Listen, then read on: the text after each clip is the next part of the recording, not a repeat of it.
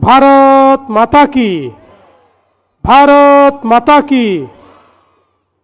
हिंदवी स्वराज्याचे सरसंस्थापक छत्रपती शिवाजी महाराजांना मानाचा मुजरा करतो। भारतीय राज्यघटनेचे शिल्पकार भारतरत्न डॉक्टर बाबासाहेब आंबेडकर यांना मानवंदना अर्पित करतो। आजच्या आपल्या सभेमध्ये मंचावर उपस्थित असलेले आपल्या जिल्ह्याचे पालकमंत्री डॉक्टर पंकज भोयरजी, माजी खासदार आणि ज्येष्ठ नेते रामदास तडसजी, सन्माननीय आमदार दादारावजी केचे, आपल्या देवळीचे लोकप्रिय आणि कार्यक्षम आमदार राजेशजी बकाणे, आमदार समीरजी कुणावार, आपल्या या देवळीच्या नगरपालिकेच्या नगराध्यक्ष पदाच्या उमेदवार अतिशय अनुभवी आणि ज्यांनी मागच्याही काळात उत्तम काम केलं आहे अशा सौ शोभाताई तडस, या ठिकाणी उपस्थित संजयजी गाते, सुरेशजी वाघमारे, विजयजी आगलावे, सुधीरजी दिवे, सुनीलजी गफाट, वैशालीताई येरावार, सुचिताताई मडावी, मिलिंदजी भेंडे, रवींद्रजी कारोटकर, राहुल चोपडा, सर्वच मंचावरील मान्यवर आणि या ठिकाणी उपस्थित सर्व माझ्या लाडक्या बहिणींनो आणि तितक्याच लाडक्या भावांनो, खरं म्हणजे इथे यायला मला उशीर झाला। जवळपास 3 तास उशिरा मी या ठिकाणी आलो, कारण मुखेडला माझी सभा झाल्यानंतर हेलिकॉप्टरच्या आमच्या पायलटने सांगितलं की आता आपण देवळीपर्यंत जाऊ शकत नाही, कारण तिथे अंधार होईल, आणि म्हणून मला हेलिकॉप्टर सोडून रस्त्याने यावं लागलं, गाडीने यावं लागलं, आणि म्हणून 1.5-2 तास मला उशीर झाला। त्याबद्दल आपल्या सर्वांची सर्वप्रथम मी क्षमा मागतो। मला अतिशय आनंद आहे की या ठिकाणी देवळीच्या निवडणुकीकरता मी 2011ला देखील आलो होतो, तेव्हा मी आमदार होतो, पक्षाचा महामंत्री होतो। 2016ला देखील आलो होतो, त्यावेळी मुख्यमंत्री होतो, आणि आता यावेळी रामदासजींनी मला निमंत्रित केलं होतं, पण कमी दिवस होते। 2 तारखेलाच पहिल्यांदा निवडणूक होती, 7 दिवसामध्ये 32 जिल्ह्यांमध्ये जायचं होतं, त्यामुळे हिंगणघाटची सभा मी केली, पण देवळीची सभा मी करू शकलो नव्हतो। पण मला असं वाटतं की रामदासजींचा आग्रह इतका होता की इलेक्शन कमिशननीच देवळीची निवडणूक 2 तारखेवरनं 20 तारखेला नेली, आणि त्यामुळे देवळीमध्ये या सभेकरता येण्याची संधी मला मिळाली।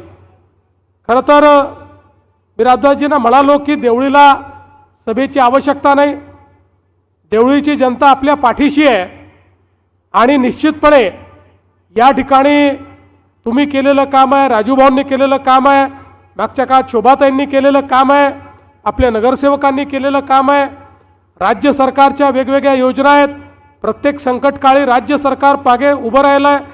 त्यामुळे निश्चितपणे पुन्हा एकदा सर्व देवळीची मंडळी आपल्यालाच निवडून देतील, पण त्यांचा आग्रह होता, आणि मलाही वाटलं की त्या निमित्ताने देवळीमधल्या जनतेचा आशीर्वाद मला मिळू शकेल, त्यांचं दर्शन मला घेता येईल, आणि म्हणून आज या ठिकाणी मी आलो।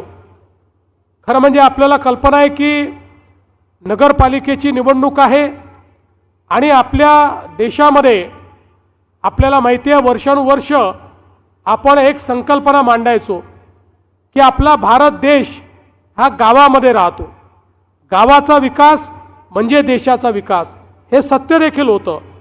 7 दशकं आपण ते सांगत राहिलो, पण त्याचवेळी आपल्या राज्यकर्त्यांना या गोष्टीचा विसर पडला की गावासोबत शहरामध्ये देखील लोक राहतात, त्यामुळे शहराचाही विकास करणं गरजेचं आहे। आज तुम्ही बघा, महाराष्ट्रामध्ये 40,000 गावं आहेत, या 40,000 गावामध्ये 6.5 कोटी लोक राहतात, आणि तेवढेच 6.5 कोटी लोक देवळीसारख्या 400 शहरात राहतात। म्हणजे अर्धे लोक 40,000 गावांमध्ये आणि अर्धे लोक आपल्या 400 शहरांमध्ये राहतात आणि म्हणून या शहरांकडे खूप मोठ्या प्रमाणात 7 दशकं दुर्लक्ष झालं. पण 2014 साली ज्यावेळी माननीय मोदीजींचं सरकार या देशामध्ये आलं आणि महाराष्ट्रामध्ये पुन्हा आपलं सरकार आलं आणि आपल्या आशीर्वादाने मी मुख्यमंत्री झालो, त्यावेळी मोदीजींनी सांगितलं की भारत जसा गावात राहतो तसा भारत शहरामध्ये देखील राहतो. शहरामध्ये विशेषतः अन्न, वस्त्र, निवारा, शिक्षण, आरोग्य, रोजगार या सगळ्या संधी असल्यामुळे लोक शहराकडे जातात. पण शहराचं नियोजन न केल्यामुळे गरीबाला, मध्यमवर्गीयाला शहरामध्ये खूप अडचणींचा सामना करावा लागतो. आणि म्हणून मोदीजींनी पहिल्यांदा सांगितलं की जसा गावाचा विकास केला पाहिजे तसा शहरांचाही विकास केला पाहिजे. आपल्या शहरांमध्ये देशाचा 65% GDP तयार होतो, वस्तू आणि सेवांची निर्मिती होते, शहरामध्ये रोजगाराची निर्मिती होते. आणि म्हणून मोदीजी असं म्हणाले की शहरं जर चांगली केली, तिथल्या गरिबांना, मध्यमवर्गीयांना आपण जर काही सुखसोयी दिल्या तर ती शहरं ही विकासाचं केंद्र बनतील, अधिक रोजगाराची निर्मिती होईल, प्रत्येक हाताला काम मिळेल आणि त्यातनं सामान्य माणसाच्या जीवनामध्ये एक मोठं परिवर्तन आपल्याला घडवता येईल. आणि म्हणून देशामध्ये पहिल्यांदा 2014-15 साली मोदीजींनी शहराकरता देखील योजना तयार केल्या. स्मार्ट सिटीची योजना, अमृत शहरांची योजना, स्वच्छ भारत शहरी योजना, त्याचप्रमाणे हर घर जल शहरी योजना, त्या ठिकाणी सर्वांकरता घरे शहरी योजना, प्रधानमंत्री आवास योजना शहरी योजना, अशा वेगवेगळ्या योजना तयार करून पहिल्यांदा शहरामध्ये हजारो कोटी रुपये देण्याचा प्रयत्न हा मोदीजींच्या माध्यमातून सुरू झाला आणि शहरं बदलू लागली. आज आपण पाहू शकतो की गावातनं लोक शहरामध्ये आले, रोजगाराकरता आले, जिथे जागा मिळाली तिथे अतिक्रमणं झाली, लोक बसले, कारण बिचाऱ्यांना राहायला जागा नव्हती, झोपडपट्ट्या तयार झाल्या आणि खूप वाईट अशा प्रकारचं जीवन हे लोकांना जगावं लागलं. आणि म्हणूनच मोदीजींनी प्रधानमंत्री आवास योजना तयार केली. आम्हाला सांगितलं प्रत्येक गरिबाला घर मिळालं पाहिजे. कच्चं घर असेल, बेघर असेल, कच्च्या घराला पक्कं घर करा, बेघराला नवीन घर द्या. हजारो कोटी रुपये मोदीजींनी दिले.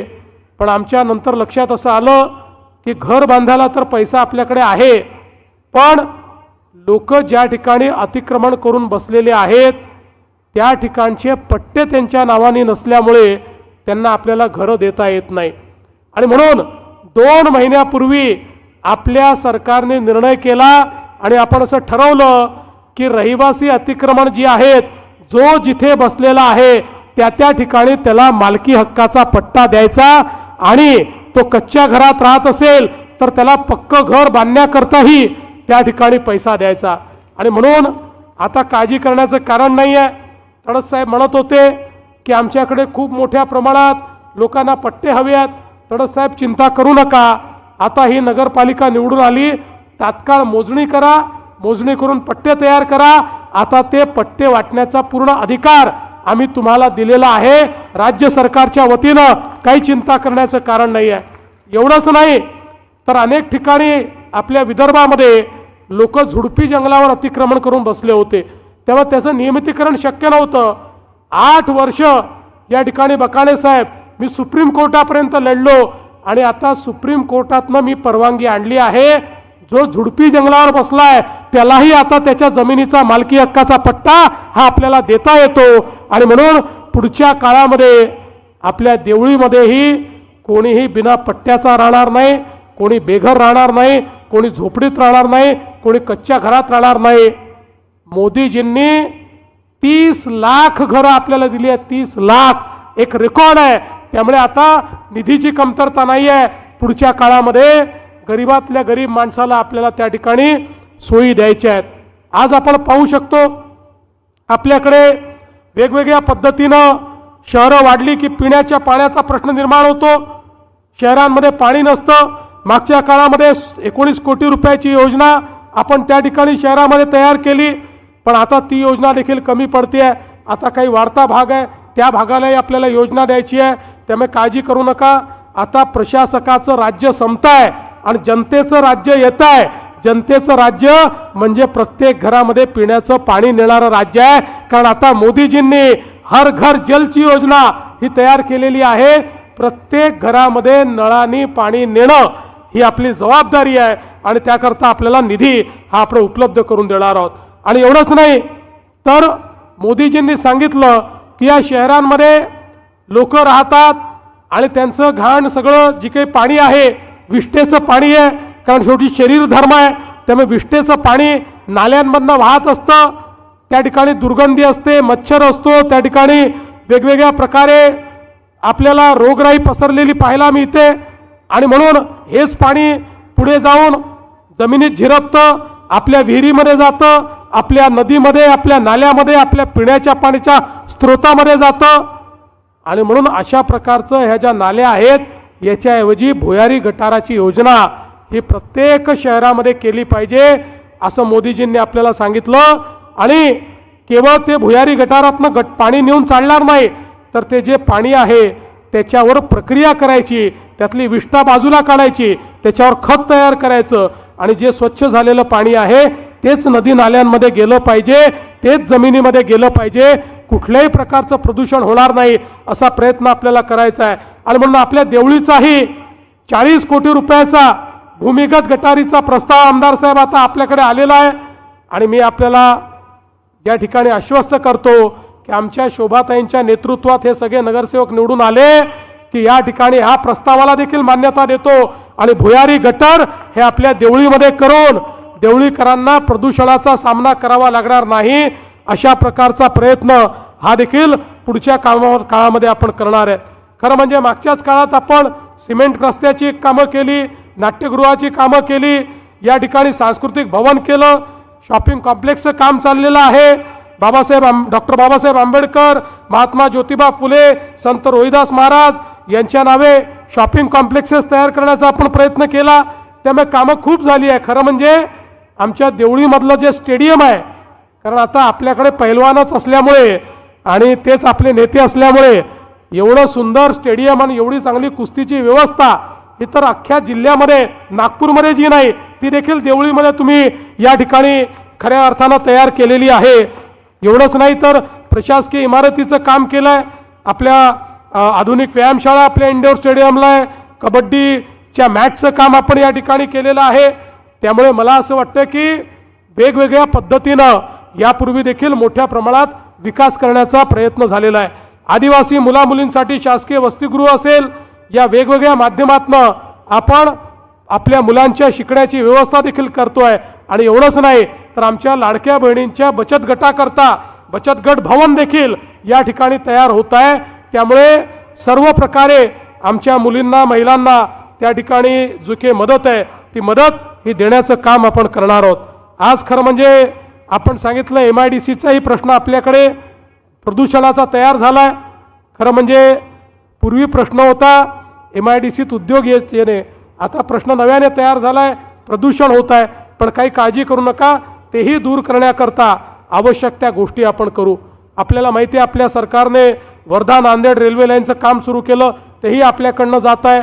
आज खरं म्हणजे आमचा वर्धा जिल्हा आहे, समृद्धी महामार्ग असेल, शक्तिपीठ महामार्ग असेल, यामुळे वर्धा जिल्ह्याचं चित्र हे मोठ्या प्रमाणात बदलण्याचं काम आपण करतो. आणि यासोबत आज वेगवेगळ्या प्रकारच्या ज्या योजना आहेत, नवीन पोलीस स्टेशन असेल, पोलिसांकरता घरांची व्यवस्था असेल, या सगळ्या गोष्टी येत्या काळामध्ये आपण करू. मला खरं म्हणजे देवळीमध्ये उपनिबंधक कार्यालयाची देखील आवश्यकता आहे असं सांगण्यात आलं. मी बावनकुळे साहेबांना सांगेन आणि आपल्याकडे उपनिबंधक कार्यालय देखील करून देईल. याबद्दलही आपण कुठल्याही प्रकारे चिंता करण्याचं कारण नाही आहे.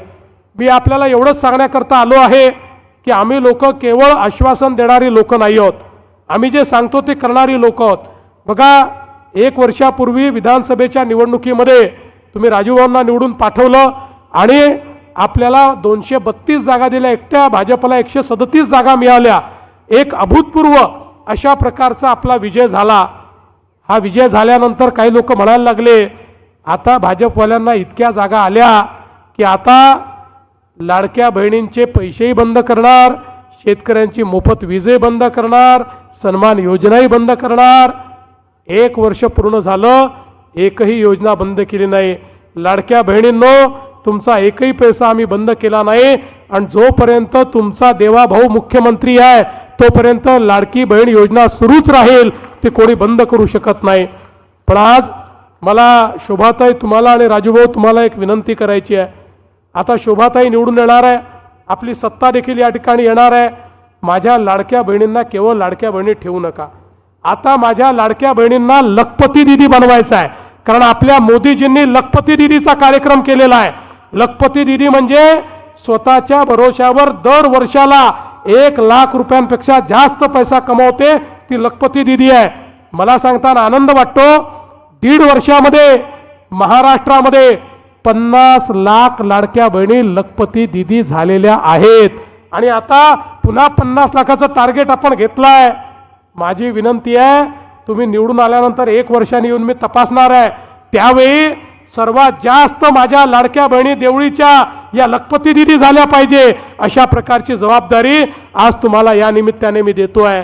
बंधू भगिनींनो, खऱ्या अर्थानं मी तर हेच सांगण्याकरता आलो आहे, आपल्याला शहराचा चेहरा बदलायचा आहे. मी खरं म्हणजे कोणावर टीका करत नाही, कुठल्या उमेदवारावर टीका करत नाही, कुठल्या पक्षावर टीका करत नाही. पण अलीकडच्या काळामध्ये काही पक्षांना काय झालेलं आहे मला समजत नाही, काही नेत्यांना काय झालं आहे मला समजत नाही. काँग्रेसचे एक नेते काल परवा त्यांनी एक इंटरव्ह्यू दिला आणि ते आपल्या इंटरव्ह्यूमध्ये म्हणाले की ऑपरेशन सिंदूरमध्ये भारताचा पराभव झाला. ते म्हणाले आपलेच विमानं पडले, पाकिस्तानने आपल्याला पराभूत करून टाकलं. आणि इथपर्यंत बोलून थांबले नाही, पुढे म्हणाले भारताला 12 लाख सैनिकांच्या फौजेची आवश्यकता काय आहे, ही फौज कमी करून टाका. आता यांची डोकीच आता बिघडलेली आहे, तर यांना आपण काही म्हणू शकत नाही. परंतु माझी तुम्हाला विनंती आहे, असे डोके बिघडलेले जे लोक आहेत यांना आता तुम्ही त्याची चिंताही करू नका, त्यांच्याकडे बघूही नका. आता मोदीजींच्या नेतृत्वामध्ये इतक्या मोठ्या प्रमाणामध्ये विकासाचं काम आम्ही करतो आणि विकासाकरता मोठ्या प्रमाणात निधी केंद्र सरकार आणि राज्य सरकारच्या माध्यमातून देवळीपर्यंत आम्ही आणणार आहोत. पण देवळीमध्ये जर भारतीय जनता पक्षाची नगरपालिका नसली तर हा निधी आपल्यापर्यंत पोहोचू शकणार नाही. आणि म्हणून आमच्या शोभाताई आणि या आमचे सगळे जे नगरसेवक पदाचे उमेदवार आहेत, या सगळ्यांना आपण जोरदार त्या ठिकाणी मदत करा. आणि येत्या 20 तारखेला परवा जेव्हा वोटिंग करता जाल, काही विचार करू नका. आत गेल्याबरोबर मशीनवर जिथे कमळ दिसेल ती बटन दाबून टाका, कमळाला मत द्या. पुढची 5 वर्ष तुम्ही 20 तारखेला आमची काळजी